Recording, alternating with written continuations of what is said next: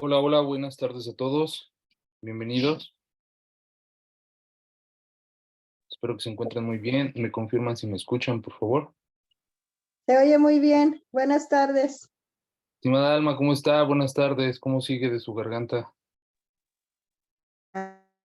Todavía gallitos de repente, pero ahí voy. Gracias a Hashem mejor. Baruch Hashem, qué bueno, me da gusto verla y oírla. Qué bueno que ya va mejorando. Estimada Noemí, bienvenida. Muy buenas tardes.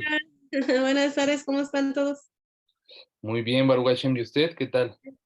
Bien, también, ahí también recuperándome de la gripe y la tos, como la Sí, estimada.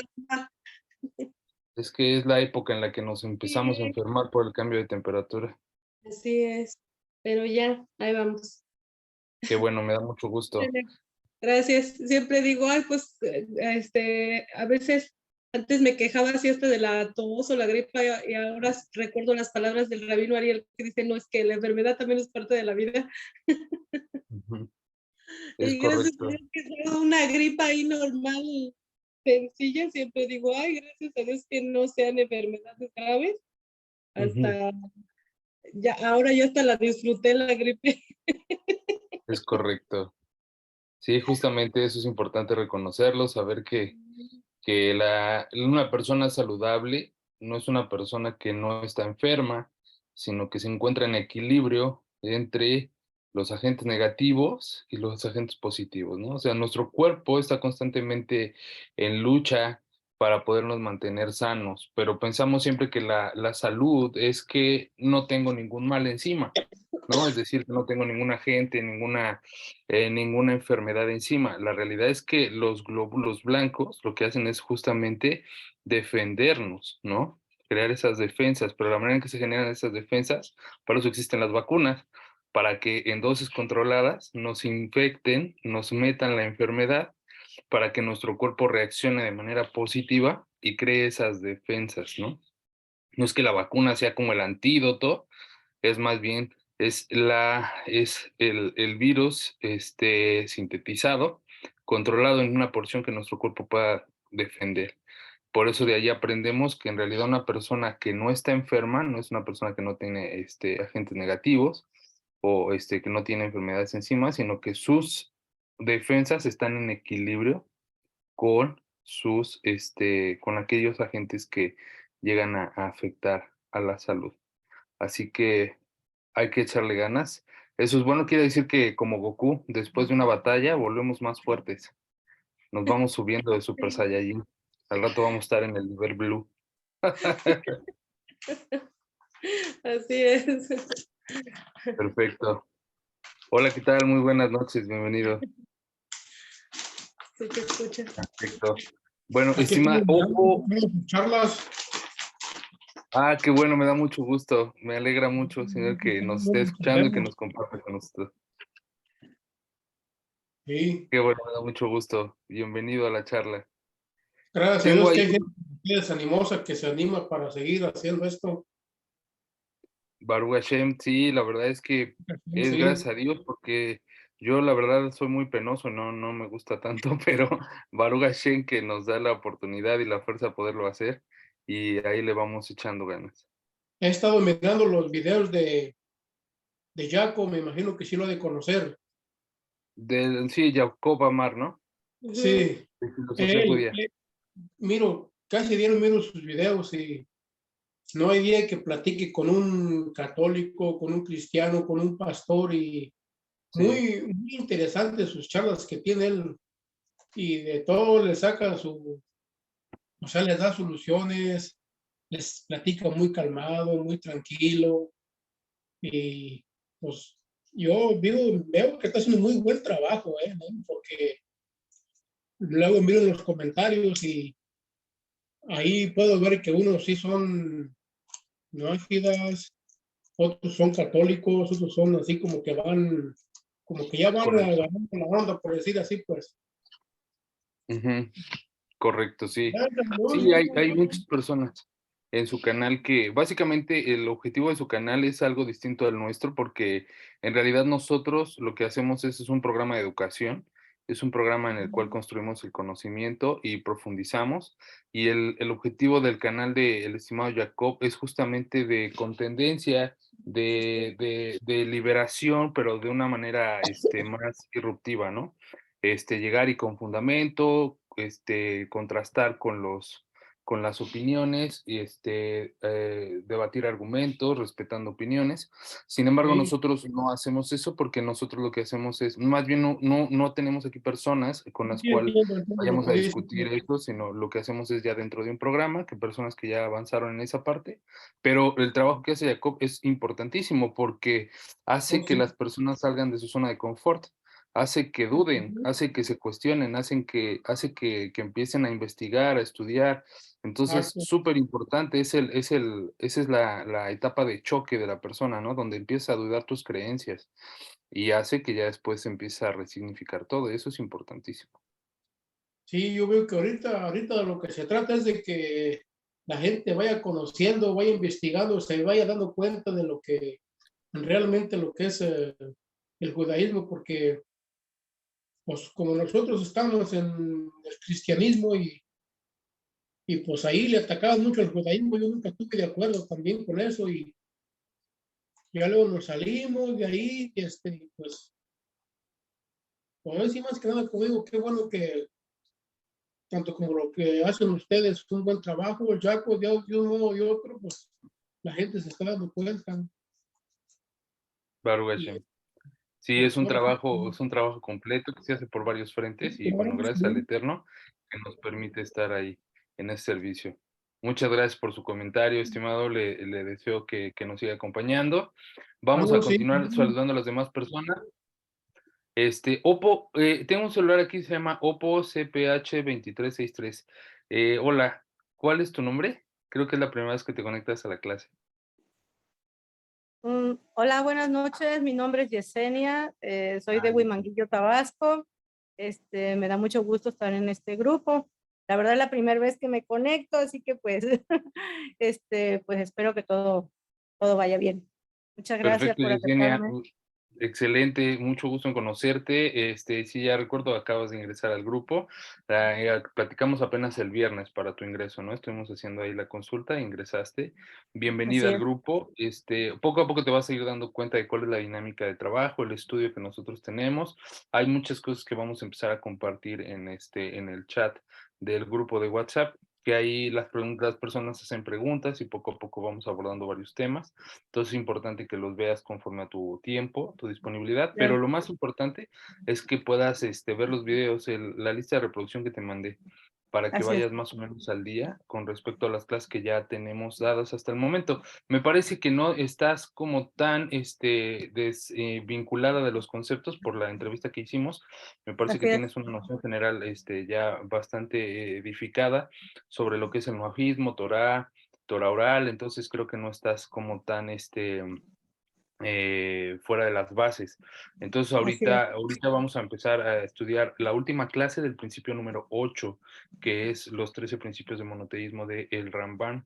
Ya llevamos creo que 6 meses más o menos estudiando esto, un poquito más de 6 meses, y con la ayuda del Eterno, bueno, estamos ya concluyendo el octavo principio y empezaremos ya el noveno principio.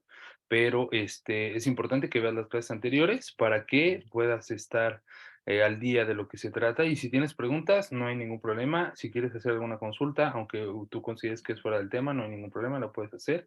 Yo siempre les digo a todos mis estudiantes, a mis hijos, no hay preguntas tontas, hay tontos que no preguntan. Así que hay que hacer preguntas para poder construir juntos el conocimiento. ¿De acuerdo? Muchas gracias y bienvenida. Qué bueno que te conectas.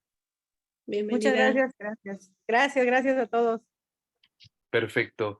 Bueno, pues vamos a comenzar entonces. Ya son las 6 de la tarde con 17 minutos. Estamos en tiempo para poder comenzar la clase del día de hoy. Y como ya lo adelantaba, hoy estamos concluyendo el principio número 8 con la ayuda del cielo.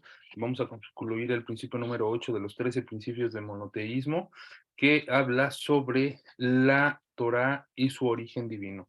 Haciendo un resumen un poco de lo que hemos visto en las clases anteriores, lo que hemos estado estudiando, hablamos sobre que el principio nos dice que es que tengamos la condición certera Yo tengo la convicción certera de que la Torá es de origen divino. Yo tengo la convicción certera de que la Torá es de origen divino. Yo tengo la convicción certera que esta Torá es la que no hemos recibido de la mano de Moshe y toda es de origen divino.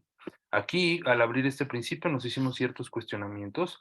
Primero, hablando sobre cuando dice la Torá es de origen divino, ¿a qué se refiere con la Torá? ¿A qué parte de la Torá se está refiriendo cuando dice que es de origen divino? ¿Se refiere únicamente a los 5 libros de Moshe? ¿Se refiere a lo que nosotros conocemos como el Pentateuco? ¿Se refiere a los profetas? ¿Se refiere a los escritos? ¿Se refiere a los salmos? ¿Se refiere a los proverbios? ¿Se refiere a la Biblia como la conocemos hoy? ¿Y qué hay de la Torah oral? ¿Se refiere a la Mishnah? ¿Se refiere a todo el Talmud? ¿Se refiere a la Gemara? ¿Se refiere, y qué hay del Zohar? ¿Y qué hay del Midrash? También eso es de origen divino. ¿Qué hay de esos libros? ¿Es o no es? Empezamos con preguntas. La clase pasada nos dimos cuenta también, abordamos las respuestas parciales a esas preguntas, ¿no? Conocimos, aprendimos cuál es la estructura que tiene la Torá y el orden jerárquico que representa, el cual voy a retomar hoy porque tiene propósito en la enseñanza de hoy. Y comprendimos que de nivel superior se encuentra la Torá, que vendría siendo el Pentateuco que nosotros conocemos, y que posteriormente se encuentra los Nebim, los profetas, y que posteriormente vendrían encontrándose los escritos, que son todos los libros adicionales a los profetas posteriores y primeros o posteriores y anteriores, como les llama en la Torá, y todas las enseñanzas adicionales que han derivado de esa entrega de la Torá, como son el Talmud. Y el Talmud, ¿qué es? Bueno, conocemos que es dos libros grandes, que es la Mishnah y la Gemara.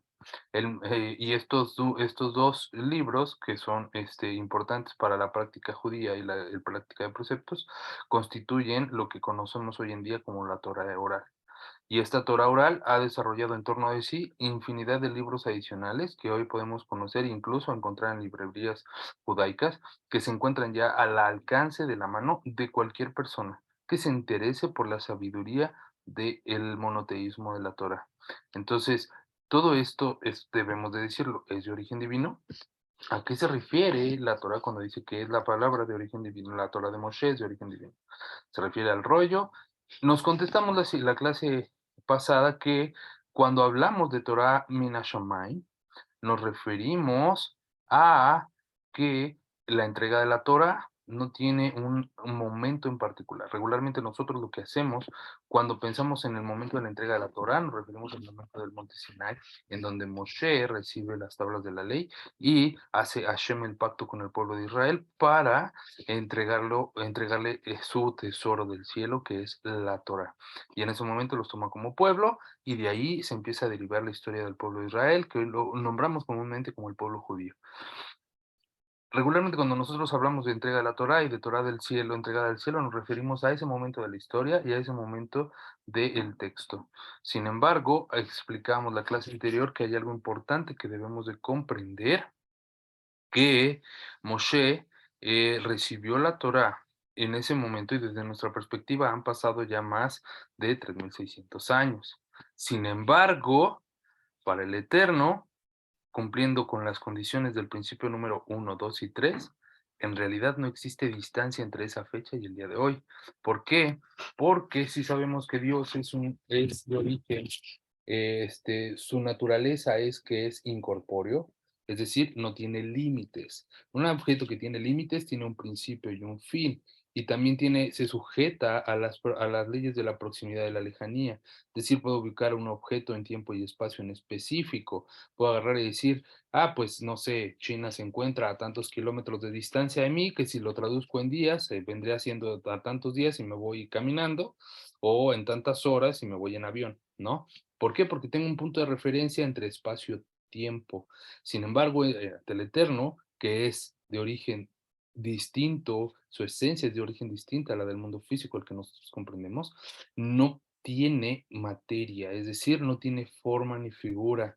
Por lo tanto, al no tener forma ni figura, no tiene principio y fin. Por lo tanto, no hay términos de proximidad y lejanía.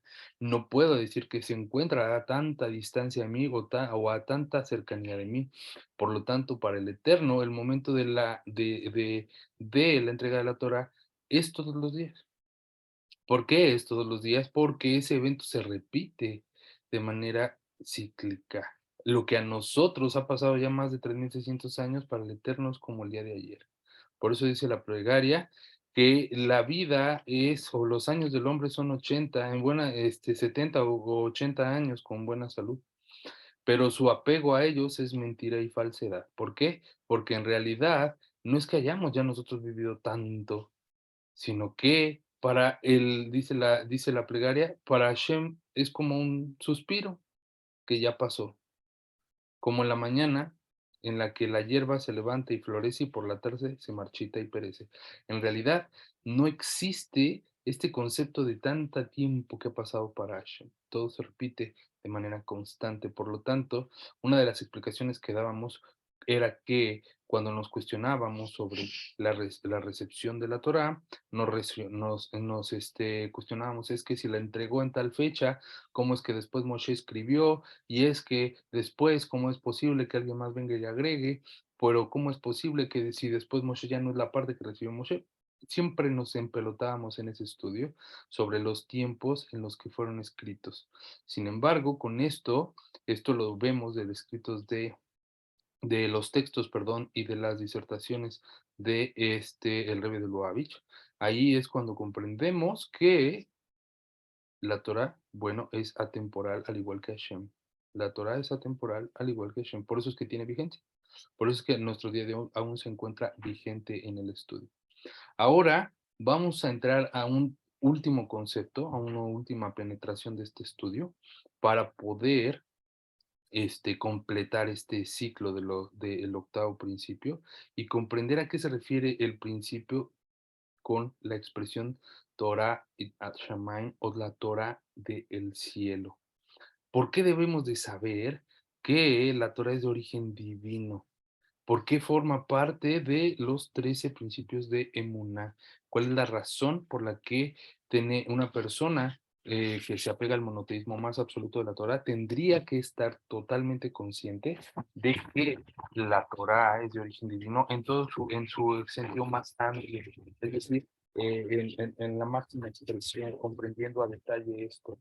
¿Por qué tendría que saberlo? Al nivel que lo hemos llevado durante todo este curso, que es de comprensión lógica, racional y también histórica. ¿Hasta aquí hay alguna duda? ¿Algo que haya quedado pendiente? ¿Algo que quieran que aclaremos de la clase anterior? ¿Cualquier persona?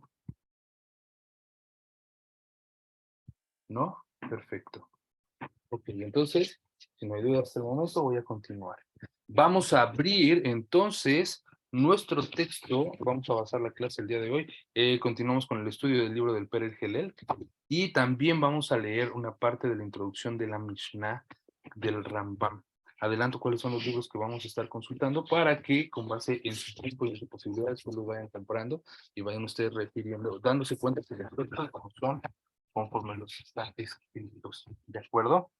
Y vuelvo a leer el principio que dice: la Torah es de origen divino.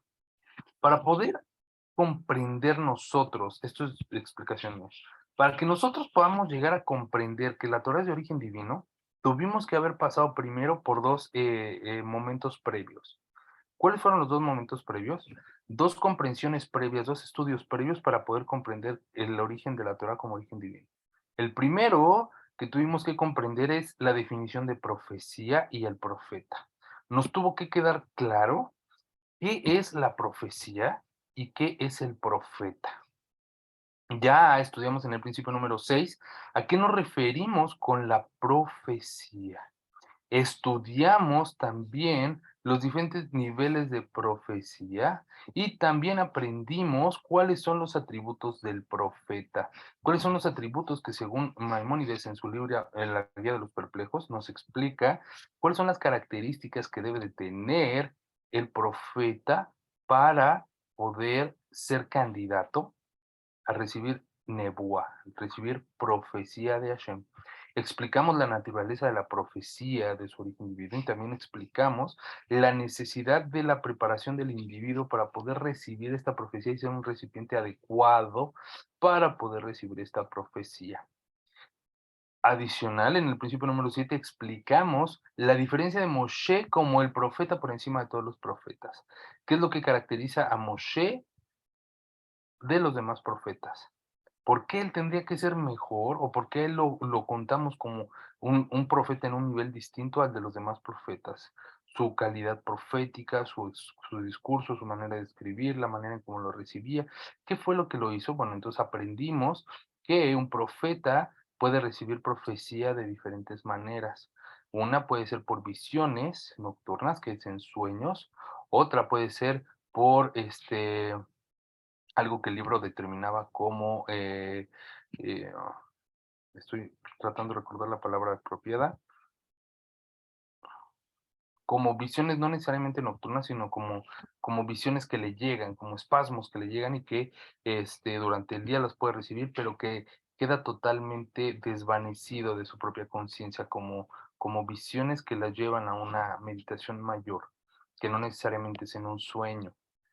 Y el tercer nivel, que es el que tenía Moshe, es que Moshe lo recibía sin perder su conciencia y sin necesariamente estar dormido. Y también la recibía en el momento en el que él quería. Una de las condiciones de la profecía es que debe de haber un recipiente apropiado para recibirla, pero el profeta no dice cuándo la va a recibir, sino cuando a Hashem le place mandar la profecía y de revelarla al profeta. En el caso de Moshe, así no. En el caso de Moshe, él podía hablar con Hashem cuando él deseaba y Hashem le respondía. Entonces, encontramos que el nivel profético de Moshe es distinto al de los demás profetas. Por lo tanto, nosotros vamos conociendo, para poder estudiar este principio es necesario conocer estos dos estadios y la pregunta es ¿por qué? Bueno, hoy la vamos a resolver. La Torah es de origen divino y se refiere a que la Torah, la totalidad del Pentateuco, fue entregada por Dios a Moshe y no como sostienen los gentiles o la crítica bíblica que ya estudiamos. El término, el método de la crítica bíblica, la clase pasada también dijimos cuál era la crítica bíblica y el método científico que se basa a la crítica bíblica, que solo los 10 mandamientos fueron dichos por Dios y el resto fue compuesto por Moshe con su gran sabiduría. No obstante, el alcance de este principio va más allá de la idea de que la Torá fue entregada por Dios y no inventada. ¿Por qué decir que solo la Torá es de origen divino y no decir que todo el Tanakh, la Biblia, es de origen divino? Aquí abre la pregunta. Y con esta pregunta comenzamos. ¿Por qué decir que solamente el Pentateuco, que solo la Torá es de origen divino y no todo el libro? ¿Por qué decirlo? Porque el término Torah y Nina Shamaim, Torah de origen divino, nos estamos refiriendo a que es la palabra de Dios al nivel de Moshe, nuestro maestro. ¿Qué quiere decir esto? Que, como ya lo dijimos, cada profeta capta la profecía a un nivel distinto. Cada profeta capta a Dios a su propio nivel y en su propio sueño, en su propio estadía de conciencia, de conocimiento. Para que nosotros podamos comprender esto, tuvimos que ver el principio número 7 y número 6. Comprender que no todos los profetas captan a Dios de la misma manera. Y hemos utilizado varios recursos para poder explicar esto. Cuando hablamos de la profecía, hablamos del nivel, de lo que es realmente la profecía, que no es lo que conocíamos cuando estábamos en el mundo cristiano, que venía la señora y nos decía, recibí palabra de Dios y me dijo que te estás portando mal y que te tengo que exhortar. No, eso no es profecía. La profecía es un conocimiento. Hay dos tipos de conocimiento, decíamos, es el conocimiento adquirido y el conocimiento otorgado. El conocimiento adquirido es el que nosotros adquirimos a través del estudio, a través de la investigación, a través de la comprensión de nuestro mundo por medio de los 5 sentidos, ¿no? Los 5 sentidos son el vínculo que nosotros recibimos para poder, son las herramientas, perdón, con las cuales nosotros nos vinculamos con nuestro exterior para poder comprenderlo. La vista, el olfato, el gusto, el tacto, el oído, todos estos 5 sentidos nos vinculan con nuestro mundo Y este mundo nos enseña. Y todo lo que nosotros aprendemos es conocimiento adquirido. Es conocimiento, lo que la ciencia llama como conocimiento empírico. Pero en el caso de la profecía también es un conocimiento, pero no es algo que se adquiera, sino es algo que se otorga. Es el conocimiento otorgado. Es el conocimiento que Hashem nos da por su propia voluntad. ¿A qué hemos todos accedido a ese tipo de conocimiento? ¿Qué es un ejemplo que podríamos decir? ¿A qué te refieres con el conocimiento otorgado? Bueno, cuando, por ejemplo, nosotros estamos estudiando algo y no lo comprendemos, pero llega un punto en el que dejamos el estudio, nos relajamos y estamos pensando en otra cosa y de repente, ¡pum!, nos llega un pensamiento y dices, ¡ah! Claro, por supuesto. Y te llega la claridad sobre el tema. Es por eso que se explica de esta manera y por lo que se decía de esta forma. ¡Wow! Ahora lo entiendo. No es algo que tú hayas adquirido por medio de tu razonamiento, sino que recibiste un destello del Ora Háganos, que se le llama la luz primogénea, que es la luz que revela el conocimiento, ¿no? Digámoslo así. Esa revelación instantánea que te viene a la mente, que no depende de ti, sino porque llega como una pelota que te pega en la frente y ¡pum! Dices, ok, eso no lo había visto de esa manera, pero lo comprendes cuando te viene, no porque lo hayas adquirido, sino porque te viene ese pensamiento. A un nivel muy sencillo y muy burdo, es lo que podríamos decir que es el nivel de la profecía. La profecía viene cuando a Hashem le place que venga y le llega al profeta cuando es necesario, cuando Hashem lo considera necesario. Por lo tanto, eso no quiere decir que sea un conocimiento adquirido, sino es un conocimiento otorgado. A ese conocimiento otorgado hay diferentes niveles de percepción. Es decir, cada persona va a comprenderla de manera distinta. Cada profeta lo comprende de manera distinta. Y aquí el libro nos dice, cada profeta capta a Dios en su nivel y en su sueño. En cambio, Moshe, en su carácter de máximo nivel, al que puede alcanzar un ser humano, lo captó en el máximo nivel. Es decir, lo que Moshe dice es exactamente lo que Dios quiso decir. ¿A qué se refiere esto?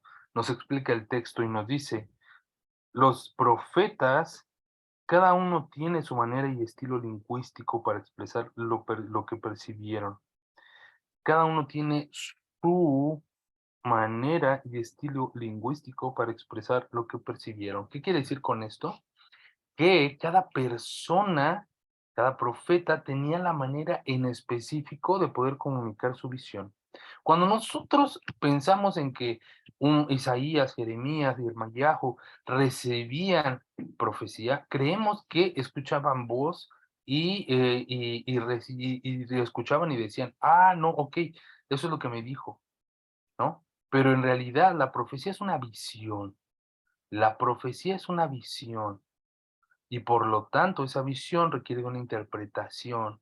Y cuando se va a interpretar algo, se va a tomar con los propios recursos, es decir, con nuestro propio conocimiento, con nuestro propio recurso lingüístico. Yo lo explicaba en la clase anterior y decía, para que puedan ustedes comprenderme, yo utilizo cierto lenguaje, ciertas palabras que tomo como recursos, que son herramientas, para poder yo comunicar un mensaje de manera asertiva. Si mis palabras son rebuscadas y son complejas de comprender, el mensaje no va a ser muy claro. Sin embargo, si las palabras que yo utilizo son unas palabras simples y al mismo y entablan esa conexión con el conocimiento que todos tenemos, el mensaje va a ser mucho más efectivo. Y lo que yo diga va a recibirse de una manera apropiada. Sin embargo, cuando la estimada Alma llegue la estimada Belkis o la estimada Josefina y le pregunten, oiga, estimada, ¿de qué se trató la clase con el estimado Israel? Cuéntenos qué tal estuvo el estimado. Y dice, no, estuvo buenísima, porque el estimado Israel siempre se rifa, es muy bueno. Pero lo que yo entendí fue esto. Y la estimada Alma va a explicar conforme lo que ella entendió y con su propio recurso lingüístico. Y todos y cada uno de los que estamos aquí tenemos nuestra propia manera de explicar. ¿Con base a qué? Con base a dos cosas. Con base a nuestra propia comprensión y con base a nuestro propio recurso lingüístico. ¿Qué quiere decir esto? Que no es que el mensaje haya sido distinto, que yo haya hecho cosas distintas para cada persona, sino que cada persona lo comprendió desde su propia capacidad intelectual y lo asimila con sus propias palabras. Cuando decimos voy a parafrasear a la persona, cuando trata de decir a alguien algo y dice te voy a parafrasear, es que esa expresión quiere decir voy a decir lo que tú dijiste, pero con mis propias palabras. Y con base a lo que yo expresé, voy a ver si realmente logro captar la idea, logro expresar la idea que tú me quisiste comunicar o no. No utilicé las mismas palabras que tú utilizaste, pero expresé la idea como la esencia de la idea como tú me la expusiste. Eso es algo que en la universidad todos hacemos o tratamos de hacer. Así, a ver, maestro, voy a tratar de a parafrasearlo y a ver si lo entendí bien. Con mis propias palabras, usted nos trató de decir esto, ¿cierto? Ah, no, sí, lo comprendiste bien. Entonces, eso es a cierto nivel lo que los profetas recibían. Hashem daba un mensaje, y los profetas lo interiorizaban, lo intelectualizaban y después lo exponían, lo argumentaban y lo comunicaban con sus propios recursos lingüísticos, con sus propios recursos lingüísticos. Pero aquí el texto nos dice, Moshe no poseía ese estilo propio. A diferencia de los demás profetas, Moshe no percibía la palabra de Dios con un estilo lingüístico propio, ni lo exponía con su propia interpretación, sino que Moshe expresaba exactamente lo que captó, expresaba exactamente lo que captó. ¿Qué quiere decir esto? Que lo que Moshe dijo es lo que Dios dijo, es lo que Dios habló, que lo que Moshe dijo, lo que Moshe habló es exactamente lo que Dios le habló. No hay como este juego, si alguno ha jugado el teléfono descompuesto, que uno agarra y le dice un mensaje a una persona y de repente pasas el mensaje por 5 personas más y resulta que el mensaje cambió totalmente, ya no es el mismo. O sea, dijimos una cosa y terminó siendo completamente lo contrario o otra que no tiene ni que ver, ¿no? Eso es un buen ejercicio para el teléfono descompuesto. Cada persona puede decir el texto o la expresión de una manera distinta con palabras distintas, pero Moshe no. Moshe expresó la voluntad de Dios como de la mejor manera posible. Es decir, expresó la misma expresión de Dios. Por eso es que a este nivel se le denominó Dibur, habló, mientras que a los demás profetas no nos encontramos o nunca encontramos esta expresión de Dibur, de habló, sino más bien la expresión de Bayomer, que quiere decir, y dijo, que no es lo mismo.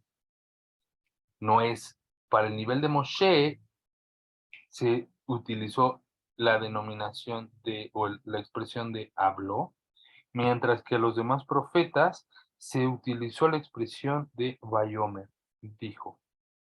En los demás profetas entra un poco la personalidad de ellos en el relato. ¿Qué quiere decir esto? Que cada profeta percibe la profecía y, como lo acabamos de decir, su personalidad, su propia manera de cómo ven el mundo va a determinar cómo se va a comunicar el mensaje. Lo mismo pasa con nosotros cuando nosotros queremos expresar una idea.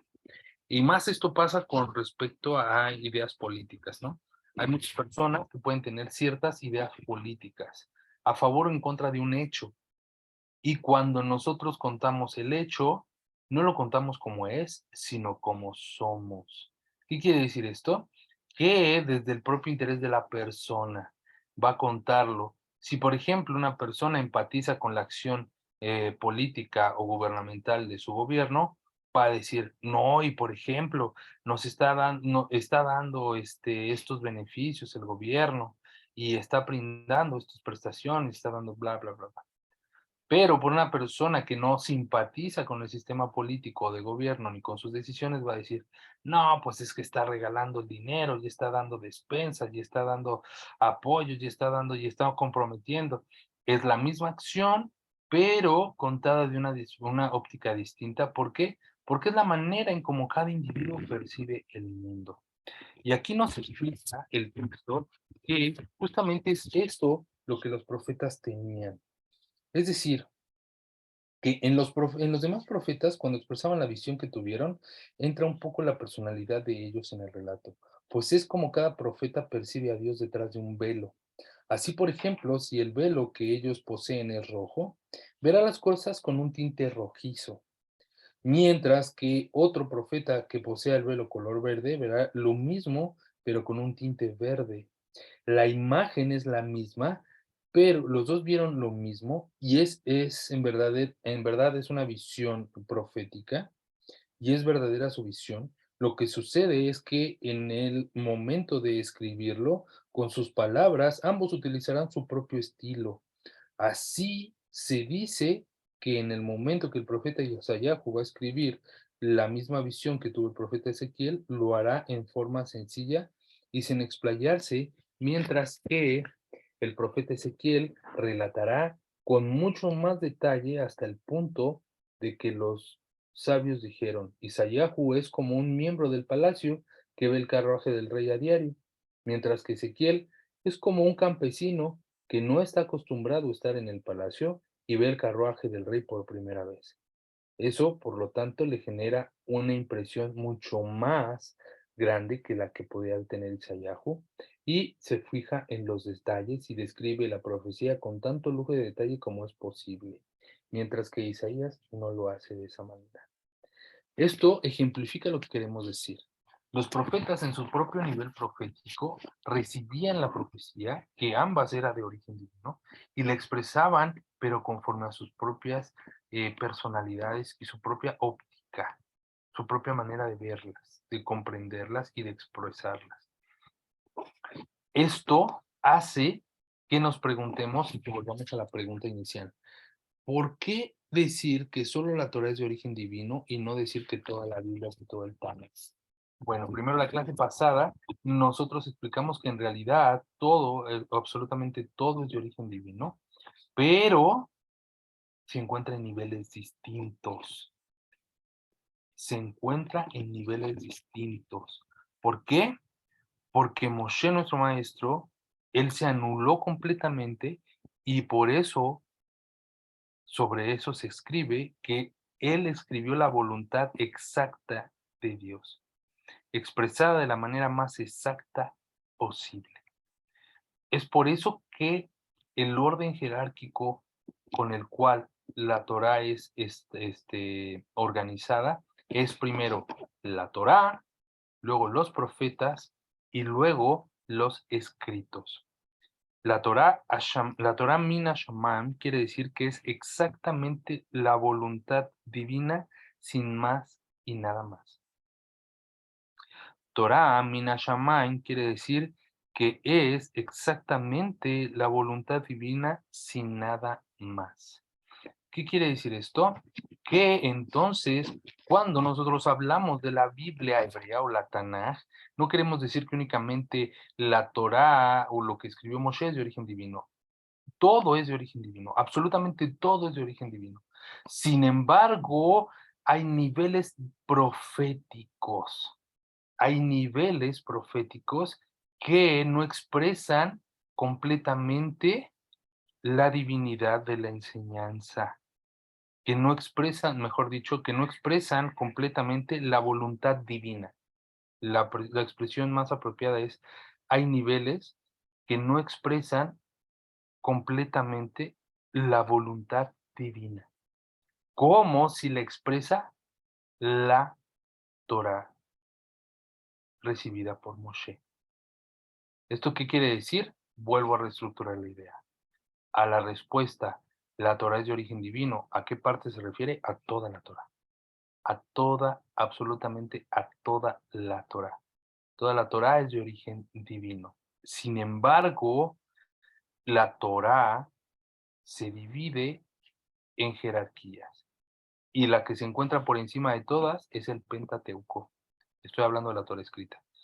Y después vienen, hablando de la Torah escrita, en el orden jerárquico que se encuentra, es primero el Pentateuco y después vienen los profetas, anteriores y posteriores, y después vienen los escritos. ¿Por qué vienen en este orden? ¿Qué es lo que determina que esto sea así? Bueno, existen 3 niveles distintos que son los que componen el Tanaj o la Biblia hebrea. La Torá, Levim y los Ketubim. En otras palabras, el Pentateuco, los profetas y los escritos. En relación a los escritos se encuentran en el nivel profético que conocimos en el principio número 6. ¿Cuáles son los niveles proféticos que existen? Existe la Nebuá, la profecía, existe el Ruach HaKodesh, la presencia divina, la inspiración divina, perdón, y existe la Shejina, la presencia divina. ¿De acuerdo? Entonces, la Torá se encuentra, perdón, reivindico, los que tuvimos los escritos se encuentran en el nivel profético más inferior, que vendría siendo el Ruach HaKodesh. Cuando hablamos del Ruach HaKodesh, no es como las raíces hebreas lo estudian o lo expresan, que es que baja el fuego del cielo y toma a las personas y empiezan a hablar en lenguas. No es eso. El Ruach HaKodesh se explica como la inspiración divina. Y explicábamos en el principio número 6 que la inspiración divina que es, imaginemos un mecánico que tiene por oficio el reparar obviamente carros, automóviles, y tantos años tiene de experiencia que cuando le llevan un vehículo y encienden el motor, él ya puede identificar cuál es la falla que tiene. Le está fallando esto, está fallando acá. Y cuando entran al detalle, efectivamente era lo que dijo. ¿Qué acaso él es adivino? ¿Qué acaso tiene nivel profético? ¿Qué acaso vino un ángel y le dijo, ay, no, pues es esto y por eso lo supo? No, en realidad lo que él tiene es lo que se llama comúnmente oficio. Tiene oficio, es decir, tantos años se ha dedicado a lo mismo que ya tiene la experiencia, tiene el background, tiene la sensibilidad para poder detectar la falla con tan solo escuchar el sonido. Se ha hecho tan sensible, ha desarrollado esa sensibilidad que ya solamente con escuchar el sonido puede detectar cuál es la falla del automóvil.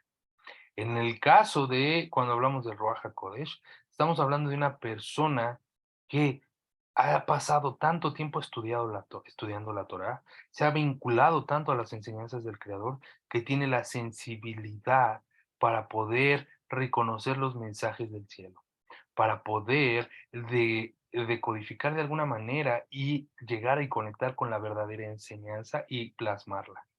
Eso no necesariamente es profecía, no necesariamente es profecía.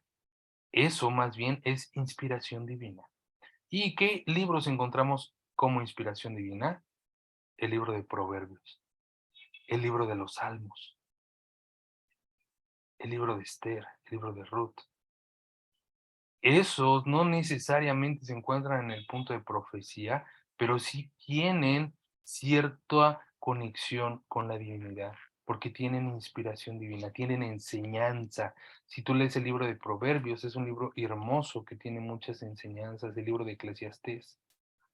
Todos esos libros conectan con el conocimiento divino.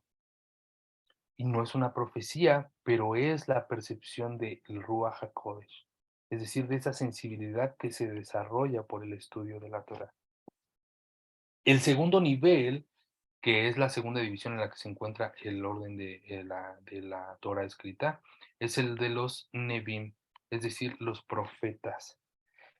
Y este se conecta al nivel de Nebuá, de la profecía que recibieron los profetas que no están al nivel de Moshe, de todos los profetas que hemos hablado ya. Es decir, que percibieron la visión divina, que percibieron la voluntad divina, pero que la expresaron con su propia interpretación, que la expresaron con su propia manera de ver el mundo, con sus propios recursos lingüísticos, con su propia capacidad para poder plasmarla de manera lingüística y escrita. No es a fidelidad la voluntad divina, aunque en esencia es el mensaje que Hashem les dio y que el mensaje es de origen divino, pero no son las palabras de Dios. No son las palabras de Dios. Sin embargo, el Pentateuco es la palabra de Hashem. Es exactamente la voluntad divina sin nada más. Es por eso que el principio número 8 dice, la Torá, refiriéndose a los 5 libros de Moshe, es de origen divino. No porque los demás no provengan de origen divino, sino porque esta Torá tiene el nivel de nebuá, de profecía de Moshe Rabenu, el más alto nivel de conexión para comprender la voluntad de Hashem y expresar exactamente las palabras que el Eterno quiso dar a este mundo. No solamente la interpretación de Moshe, sino que son exactamente las palabras. Es decir, si volvemos a la metáfora con respecto a la cortina y el profeta ve la profecía a través de una cortina y dependiendo la personalidad del profeta, ya sea verde o roja, verá la cortina y verá la profecía. En el caso de Moshe, la cortina era transparente. La cortina era transparente. No tenía nada de su propia esencia de Moshe, sino que era básicamente el conducto por el cual el Creador se comunicaba directamente con Moshe y plasmaba su voluntad divina. Por lo tanto, la Torá, los 5 libros, son en esa categoría la expresión máxima de la voluntad divina. Es por eso que este principio de Torá de origen divino fue formulado después de dejar en claro el nivel de la superioridad de Moshe como profeta. Saber que toda la Torá se encuentra en nuestras manos hoy en día y que es la que recibimos por mano de Moshe, nuestro maestro, y que en su totalidad procede de Dios.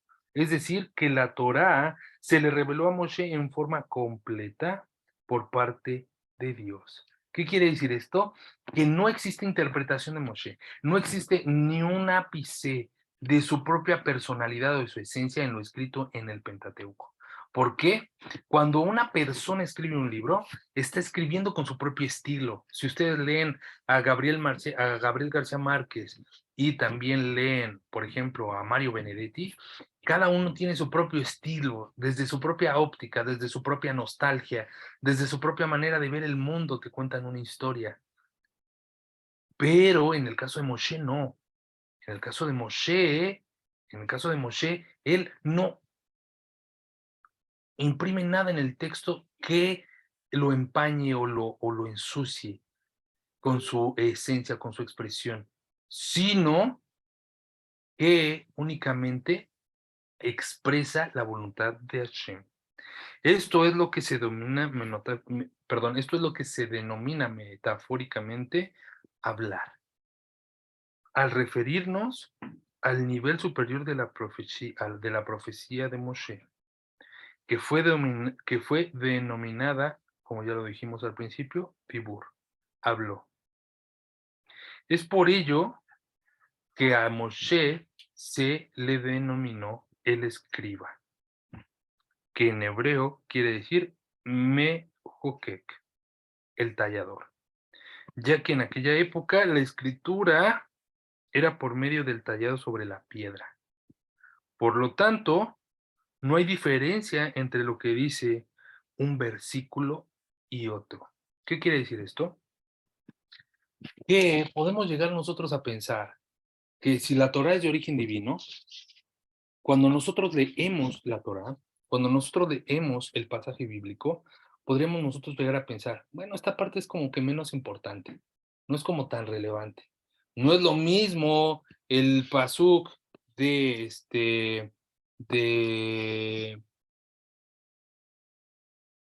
del Shema Israel a, por ejemplo, que Moshe salió de Egipto y se fue con su suegro Labán, ¿no? Cosas que a nosotros nos parecerían circunstanciales, es decir, que son de baja relevancia, que en realidad no tienen como tanto que ver con la historia en realidad, sino que son como pues pasos pasando de una historia a otra.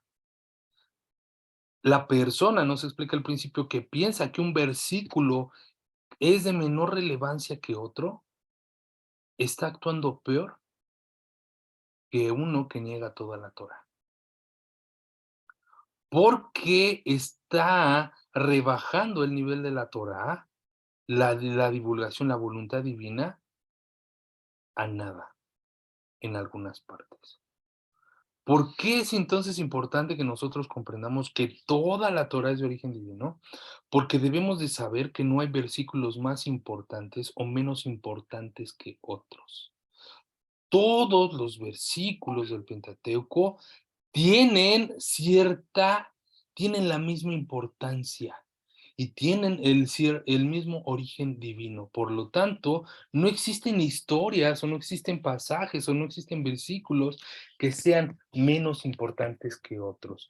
Por lo tanto, no hay diferencia entre aquello que dice, y los hijos de Ham fueron Cush, Misraim, Put y Can, en Bereshit 16, o aquel otro que dice, y el nombre de su esposa fue Metabel, hija de Jared, en Bereshit capítulo 36, versículo 39, o lo que dice, Timná era concubina, en Bereshit capítulo 36, versículo 12, o lo que dice, yo soy el Señor tu Dios, en Devarim 5, 6, o escucha Israel, el Eterno es nuestro Dios, el Eterno es uno, como lo decíamos ya del Shema.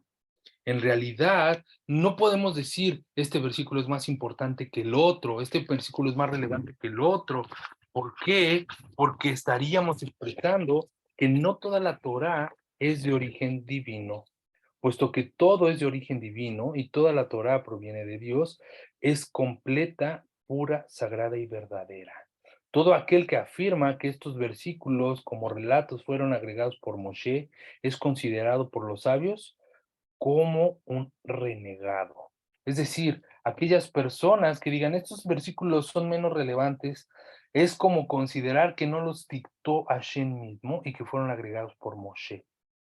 Y esto es considerado como un renegado, pues rebaja la Torá más que cualquier otro apóstata, ya que cree que en la Torá hay cosas más importantes y otras superfluas, sin encontrarle sentido, ya que sostiene que hay cosas más insignificantes que no hay que prestarle tanta atención. Solo hay que prestar atención a las cosas más importantes.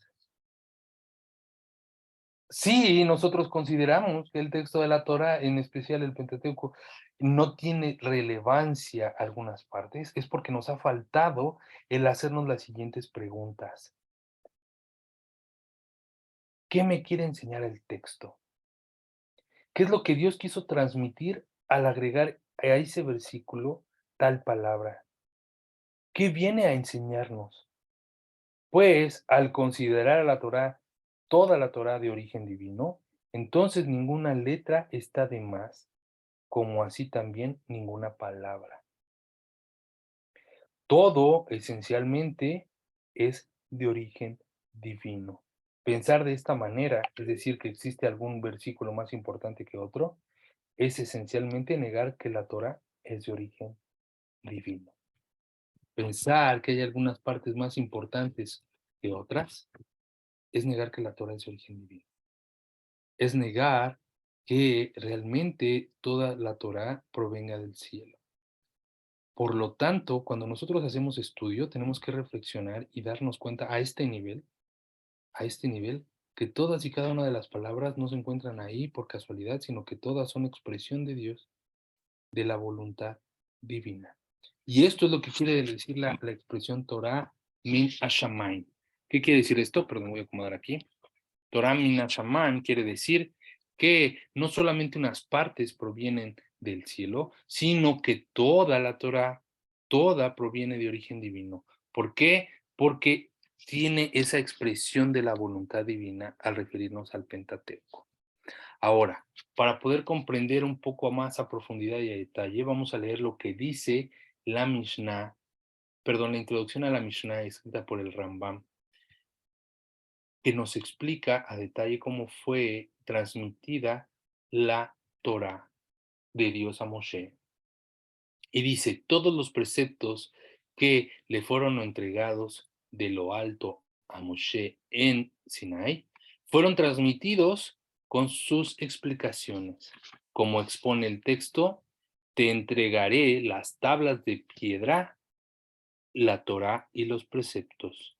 Esto expresado en el capítulo de Éxodo, Shemot 24:12.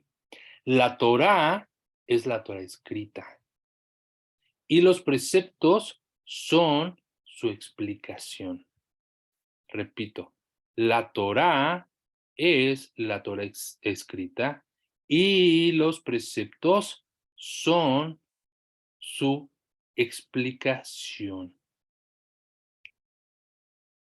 Esto nos viene a aclarar que Hashem entregó la Torá completa.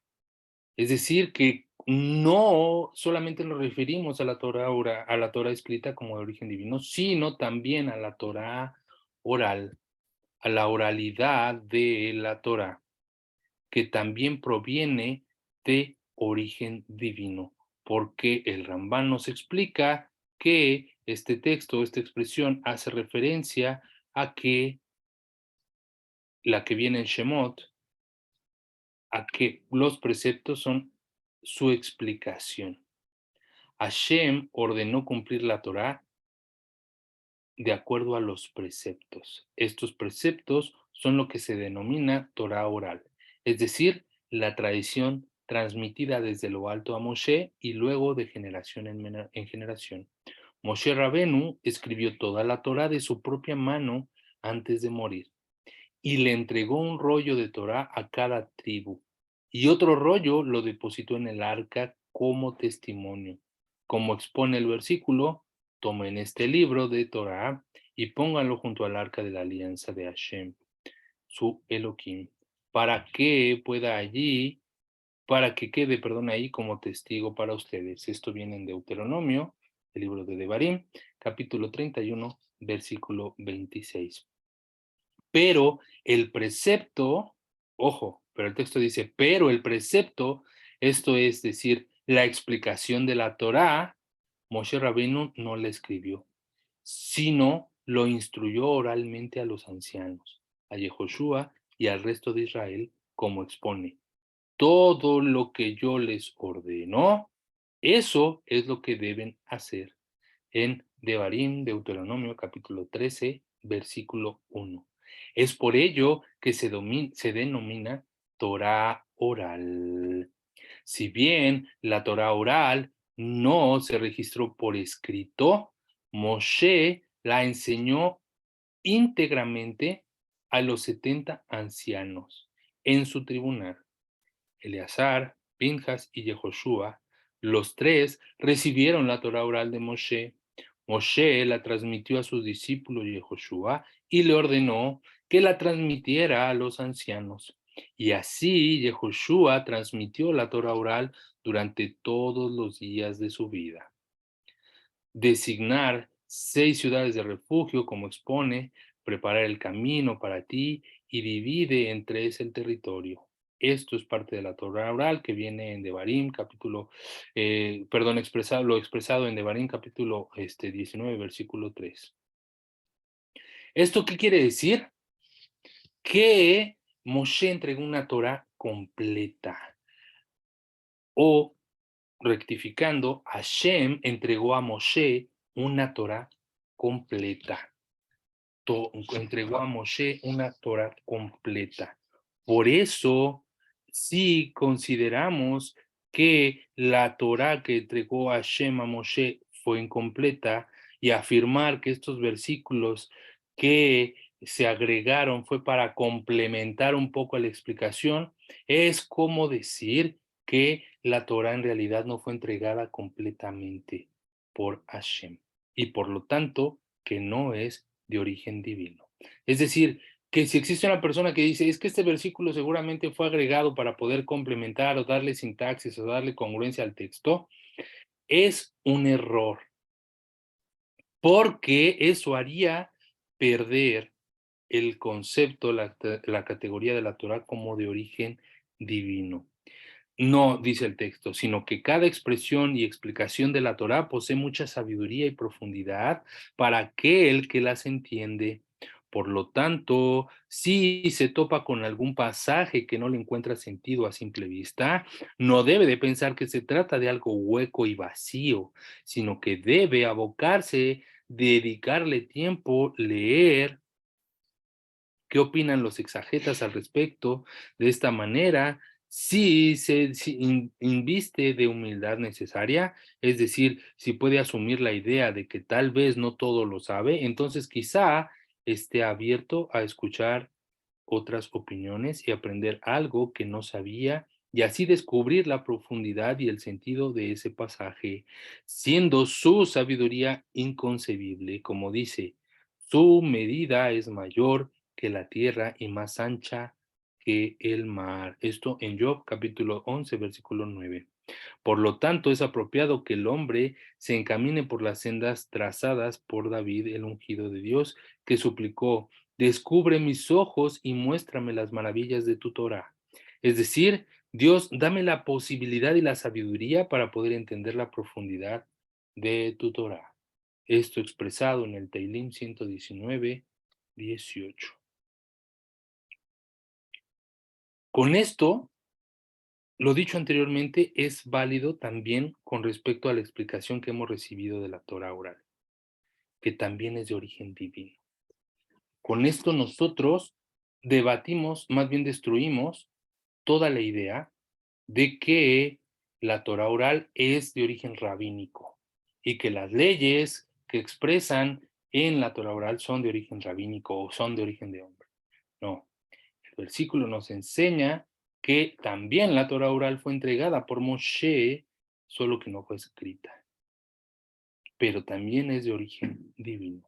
Por lo tanto, el Talmud, que está compuesto de la Mishnah y la Gemara, es de origen divino, porque son las enseñanzas de Moshe recibidas por el Creador y transmitidas de manera oral a sus discípulos, a los 70 sabios y a todo el pueblo de Israel. En resumen, para concluir este octavo principio, cuando nos dice el principio que debemos de conocer que toda la Torah es de origen divino, nos está expresando a que debemos de saber tres cosas. La primera, tener la convicción certera de que todo el libro de la Torah, es decir, toda la Tanaj, es de origen divino a diferentes niveles proféticos. Al nivel profético del Ruach HaKodesh, los escritos, al nivel profético de la Nebuá con los profetas y al nivel más superior de todos, que es el de Moshe Rabenu. Se encuentra toda de origen divino, pero solo la parte del Pentateuco, solo la parte escrita por Moshe, es la que expresa de manera fiel la voluntad divina. Solo esa parte es la que expresa de manera fiel la voluntad divina del Creador. Eso no quiere decir que las demás partes del texto no sean de origen divino, sino que no expresan de manera fiel, de manera exacta, las palabras de Hashem. Eso de primera instancia. Segundo, que para que nosotros podamos tener esto como una convicción certera, debemos de comprender que todo el texto de la Torah no es un cuento y que no hay palabras que se encuentren de más o de menos, que no sean importantes o que sean menos relevantes, ya que si toda la Torah es de origen divino, toda la Torah es completa y es perfecta, es algo acabado. No hay ninguna palabra que se encuentre en la Torah que haya sido agregada o quitada con la finalidad de estructurar o mejorar el texto, porque estaríamos nosotros mismos quitándole la categoría de origen divino, quitándole la categoría de origen divino. Y la tercera, para poder interiorizar que este principio de fe, este octavo principio de fe es necesario conocerlo, es saber que en realidad no voy a conocer toda la Torah, que tengo que tener humildad para partir y estudiar, que en realidad este precepto, este principio me va a enseñar que nunca voy a poder conocer la totalidad y ahondar las profundidades de la Torah, porque como lo dice el versículo, su medida es mayor que la tierra y más ancha que el mar. ¿De acuerdo? Con esto estamos terminando el principio número 8 de estos 13 principios de fe de el creador, de Maimónides, y que nos ayudan a conocer y a cimentar nuestra fe monoteísta en algo totalmente estudiado y sesudo con estructura en nuestra emuna. Dejo los micrófonos abiertos por si hay alguna consulta, pregunta o comentario, algo que quieran compartir. Adelante. Espero que haya dudas, espero que haya preguntas. Adelante.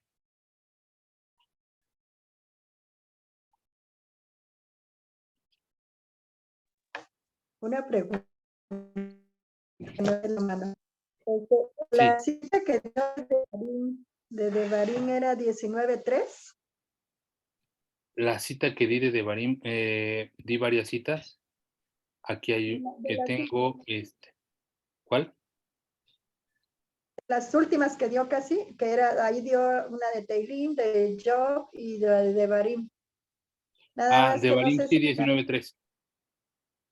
Oh, Sí, di una de 19:3. 19:3. Ok. Gracias, es que esa pensé que la tenía mal. Sí, es 19:3, correcto. Es correcto. Perfecto. Bueno, si no hay más preguntas, yo sé que esta clase es necesario que lo estemos repasando, hay que volverla a dar vuelta para poderle generar más estudio. Siempre va a estar la posibilidad de poder preguntar en el grupo cuando tengan sus preguntas, con mucho gusto y en la medida de mi tiempo voy a responderlas. Así que no tengan prisa. Estudien, les vuelvo a repetir, aquel que estudia y no repasa es como el que siembra y no cosecha.